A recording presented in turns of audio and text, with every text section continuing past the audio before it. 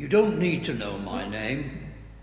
It is sufficient that I was one of Jesus' closest friends, one of the 12, as the gospel writers came to call us. I wasn't among the well-known ones like Peter and Andrew, James and John, and Judas, of course. I was just there in the background. After all, how many people can remember all 12 of us? And if they know our names, do they know anything about us? What jobs we gave up to follow Jesus? What we did after his resurrection? So I'm there, somewhere among Philip and Bartholomew, the other James, the other Simon, the other Judas, Matthew and Thomas. I'm there, but I'll remain anonymous. I want to tell you what I witnessed when Jesus was brought before Pontius Pilate for trial. I can do this because I was there. I know that Mark said that all the disciples deserted Jesus and fled when he was arrested in the Garden of Gethsemane. He didn't quite get it right. Of course we ran. We didn't want to get arrested as well. Mark himself ran and almost got caught. He only escaped by slipping out of his robe, which a soldier had grabbed. He disappeared like the rest of us among the trees in the darkness of the garden. Mark wasn't quite fair to us, though he did record that after escaping, Peter was brave enough to go to the trial at the high priest's house. And as John's gospel recounts, and as every rude screen in Christendom bears witness, John was present at the crucifixion, standing by the cross. Mark wasn't at the trial by Pilate, and so he didn't know that I was there, so of course he didn't record it. We didn't all desert Jesus. It wasn't as simple as that. You might be wondering how I managed to be present when Jesus was brought before the Roman procurator. It's really quite simple. I was a scribe, a Jewish lawyer, well-educated and good at my job. The Roman authorities needed a few people like me to explain points of law, the law of Moses, of course, to help them govern in Judea. We weren't an easy people to rule. We had our own ways, and being conquered by a foreign power didn't make us want to change them. We kept our Sabbath, which the Romans found odd. We kept our own food laws, which they found even odder. What's more, we wouldn't eat with non-Jews, which made it very difficult for Pilate. He couldn't try to cement good relations with the Jewish leaders by inviting them to meals, wining and dining them as diplomats do. They would simply refuse to attend. So Pilate and his cabinet needed people like me to explain what our Jewish laws were and what the reaction of our leaders, the Sadducees, would probably be in any given situation. I was employed so that the Romans didn't make unnecessary mistakes, antagonize people, and make the job of governing more difficult than it already was. The last thing the Romans wanted was an uprising. So I was a scribe, a civil servant, and crucial in this story I'm telling you, I had my identity tag, and I could walk into headquarters any time I liked. I went in and out daily. The guards knew me and often wouldn't even check my identification. "Morning, sir," was all I got. The so-called trial before the high priest took place very early in the morning, too early for it to be an official court. Jesus had become too much for the Jewish authorities. He was a threat to them, though they weren't quite sure why. It wasn't an offense in Jewish law to claim to be the Messiah. Several people had done it before Jesus, and several were to do it after him. It couldn't be an offense. After all, it was precisely what the Jewish people were longing for, God's anointed one, who would deliver them from the yoke of Rome. But if Jesus was the Messiah, he wasn't the kind most people were looking for. The popular hope was that the Messiah would be a warrior king like David, who would defeat Rome, the present-day Goliath. The somewhat illegal gathering at the high priest's house decided unanimously that Jesus should be put to death. But how? Under our law, they had no reason to kill him. But they were resourceful, our leaders. You've got to say that for them. They knew that the word Messiah was like a red rag to a Roman bull. To the Roman authorities, messiahs were just what the people imagined, fierce freedom fighters in the mold of the Maccabees, men who, with God's help and sharp swords, would drive out the foreign power and re-establish the kingdom of Israel. As I said, there had already been a few.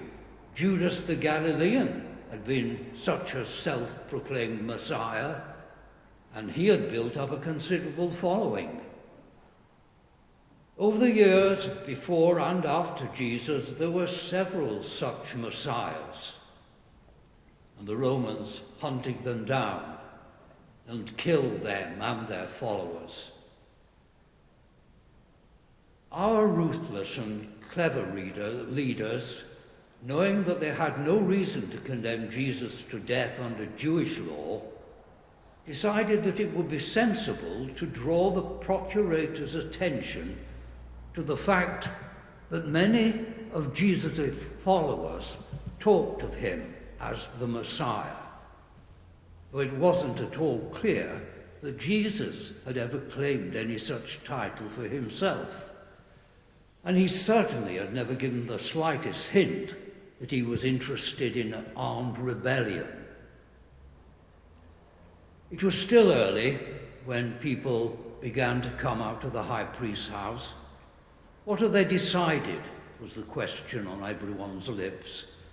And we soon knew that it had been decided to pass Jesus on to the procurator as a threat to Rome's authority, a man claiming to be a Messiah. It might be nothing, he might be a non-entity, but he might be a real threat. And our leaders knew that Pilate simply could not take a chance. He would have to look at him and question him. As soon as I knew that Jesus was being brought before Pilate, I made sure that I went to my office and pretended to be busy. There was nothing unusual about a very early start. It meant that I could do my day's work and be free before the overwhelming heat of the afternoon sent us all looking for shade and cool drinks.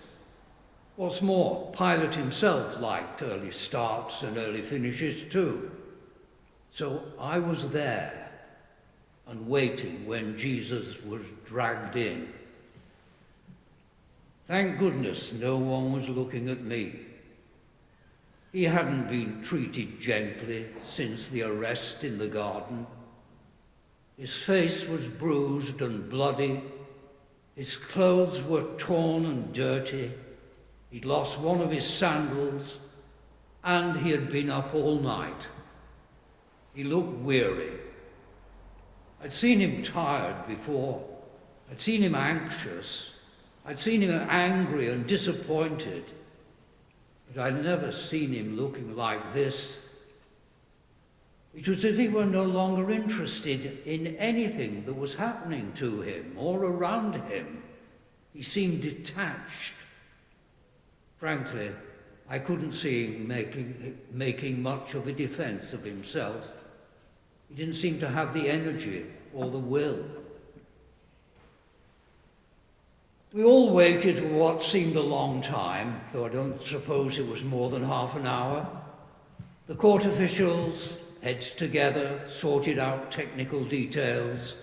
Soldiers, with a very compliant prisoner on their hands, leaned against the walls, their quiet talk occasionally broken by sniggers and jeers. Just outside, waiting beyond the wide-open doors on specially placed chairs, sat the high priest, surrounded by other Sadducees. They had to be outside for reasons of purity, but they would see and hear everything that went on in the courtroom. Then a court official called out, "All rise," and we did. The officials squared off their papers, the soldiers stood to attention, and in came Pontius Pilate, the procurator, the most powerful man in our part of the world.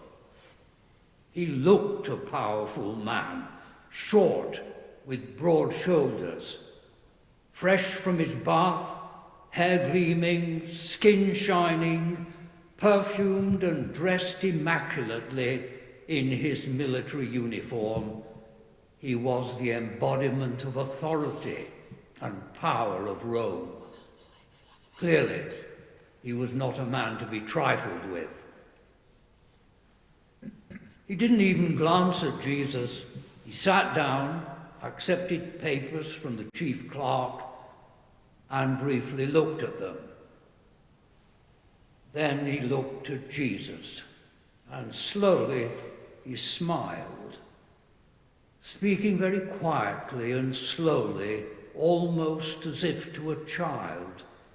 He said, "I think these papers have been prepared in a hurry. They're a bit of a mess, but I think I understand the gist. It says here that you are the Messiah your people have been waiting for, the soldier king, the man to overthrow me. Is that right? Perhaps your name is David. I understand they would like another David who would run me out of town." He smiled again. There was silence. Then Pilate almost screamed, "Can't you hear me? I said, are you called David? Answer me."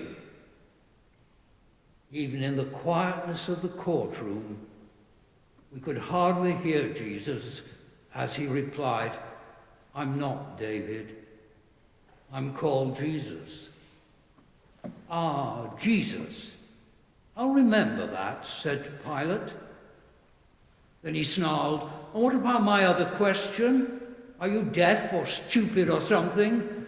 I said, are you a king, the king of the Jews?" Jesus looked at Pilate, and it was quite clear that he heard and understood perfectly well. But he said nothing. Pilate didn't know what to make of this. He wasn't used to people disobeying, and you could see that he was very angry. I knew what was happening, and so did the chief priest and the other Sadducees. Jesus was answering precisely by saying nothing. He was the Messiah, and he knew he was, but not the sort Pilate had in mind. I knew that Jesus believed he was a Messiah who would suffer for people, not kill them. My training made it quite easy for me. I knew the scriptures almost as well as Jesus did, and I knew that in his mind was the verse from Isaiah. He was oppressed and he was afflicted, yet he opened not his mouth. like a lamb that is led to the slaughter, and like a sheep that before its shearers is dumb, so he opened not his mouth. I understood, and so did the priests, but they said nothing. Pilate was at a loss. He was used to prisoners talking too much, trying to excuse themselves, trying to win his favor. But here was a man who didn't seem to care what Pilate thought. It was as if Jesus wasn't aware of Pilate's authority and power. I knew from personal experience that Pilate was not a patient man, and his reputation for cruelty was fully deserved. The death of one man or 100 was not of much concern to him if it helped him to keep control in the territory he ruled. I knew all that. But then I saw a side of Pilate that I had never seen before. It was almost as if he actually pitied Jesus. His voice was quiet again. He looked at Jesus, then he pointed to the high priest and the Sadducees seated just outside. He said, "Don't you realize what they're up to? Don't you understand what they're accusing you of? Can't you see that they want me to kill you for them?" Jesus remained silent. Then Pilate shouted, "For goodness sake, say something. Are you a king? Answer me." Quietly but very distinctly, Jesus said, "You could call me a king, but the kingdom of God is very different from the kingdom of Caesar." Pilate could not look into the future. He was not to know that in 400 years' time the Roman Empire would have decayed and fallen, while the church, founded by Jesus, was continually growing in strength and in numbers. As far as Pilate could see, Jesus posed no threat at all to himself or to the empire he represented. It is possible that he thought that Jesus was a bit simple. Whatever it was, he tried to get him released, and that was a first. I'd never seen him show the slightest compassion before. Pilate called the chief clerk to his table and whispered something to him. The clerk went back to his place, and there was more whispered consultation. Then some records were checked, and the clerk went back to Pilate, another whispered conversation, and Pilate looked up. It was clear that he had the information he needed. He stood up, drew his toga around him, and walked to the wide doors. He didn't go out, but he was within a yard of the high priest. Then he revealed his plan. He said, "You will be fully aware of the custom that at festival time, as a token of my goodwill towards your people, I release a prisoner." The priests looked at each other uneasily. There were a few hurried whispers. They'd forgotten about it. It was such a long time since such a release had happened. Pilate always had an excuse. All the prisoners were dangerous, a threat to security. I thought back and could remember only one such release, and it had been a harmless drunk who didn't know whether he was in or out of prison, or whether it was Passover, Hanukkah, or Tabernacles. Pilate had surprised them, and he thought he had outmaneuvered them. While he had been talking to the priests, a prisoner had been brought up from the cells. He was a tough-looking individual. not someone I should like to meet on a dark night in the back streets of Jerusalem. I'd heard about him. He'd been arrested just about 24 hours before Jesus. There had been some sort of disturbance in the city, and the story was that this man had killed someone. He had been arrested by a Roman patrol and taken to the guard room. Roman arrests were always methodical, and he had to give his name. Jesus Bar Abbas, he had said. And the soldier taking down the details had written it down. He didn't realize that the prisoner had said, "I'm Jesus, my father's son." It was an evasion, and an insolent one, but to the soldier it sounded enough like a Jewish name. So Pilate had his stage set, or at least he thought he had, set to get Jesus Bar Joseph, our Jesus, released. Pilate liked a bit of drama, and he was delighted by the coincidence that both prisoners shared the same personal name. I don't suppose he realized how common the name Jesus or Joshua was among our people. Pilate could show the two prisoners to the priests and to the crowd that were steadily gathering and ask them to choose. In a gesture of friendship to the Jewish people, he said, and on behalf of the divine Emperor Augustus, I offer to free one of these prisoners. Which Jesus do you want? Shall I release this Jesus, the religious simpleton, or that Jesus, the incompetent murderer? You choose, I don't care. But he did care. For whatever reasons, he wanted to free Jesus, and he was sure there could only be one answer to his question. I saw his face change from confident assurance to bewilderment, and then to anger, as the priests and the crowd chanted the name Bar Abbas. They knew it wasn't a real name, and they were glad to see the Romans tricked. Twice Pilate tried them to get to change their minds. "Why are you condemning this man?" said Pilate. "What wrong has he done?" But the crowd had become a mob, and the chanting got louder. "We want Bar Abbas! We want Bar Abbas!" "What shall I do with this Jesus then?" said Pilate. The mob changed its chant.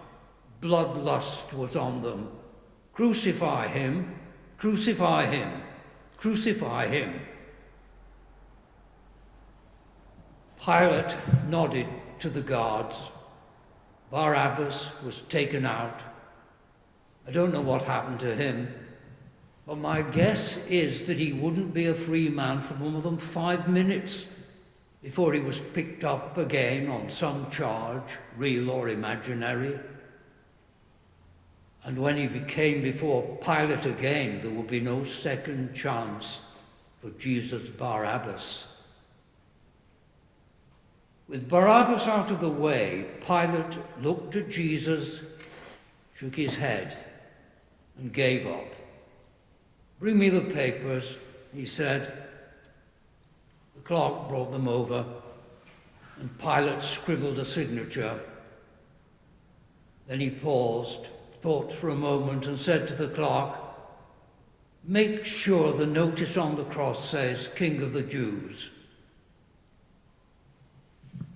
I knew what would happen to my Jesus, my friend, my master, my Messiah. I'd seen it often enough before. He would be mocked by the soldiers and kicked and beaten with fists and spear handles and anything else that came to hand. Then he would be scourged. And if he survived that, he would be crucified. It would be all over. A good man killed. Our hopes extinguished. Love defeated by hatred. Jesus' death would be the end. The end of everything we had longed for. It would be the triumph of evil over goodness, even the triumph of the devil over God. That's what I thought in the courtroom on that Friday morning. How wrong I was. It wasn't the end at all. It was hardly the beginning. Thank you for listening.